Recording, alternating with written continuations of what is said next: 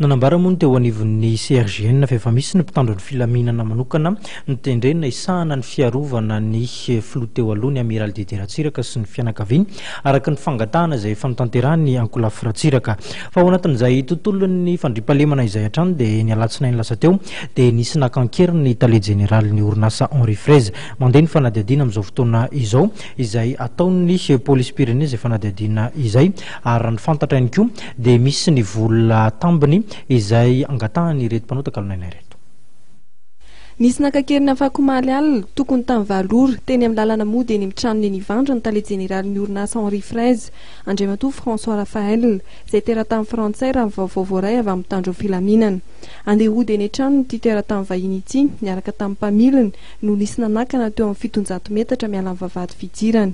Jiolahy efatra mitambaso no nanakana ny lalana tamin'ny fiaranentin'izy ireo.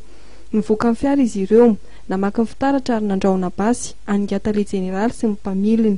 Notoeren'ireo jiolahy nanaraka azy tamin'ny fiara izy roa lary nizotra nakany Analamahitsy ity. Niazo an'Androibe anaty tanàna ny fiara roa avy eo, navela tany ilay fiara sy ny mpamily. Ity farany nampandry ny fianakaviana sy ny mpitandro filaminana. Mandeha kely efa misy piste efa mba azo trandrahana zany.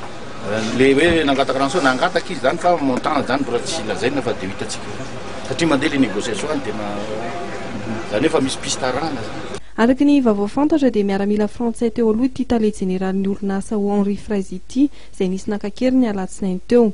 Hatreto dia mbola tsy nisy ny fanambarana avy amin'ny fitondrana frantsay mikasika io raharaha io.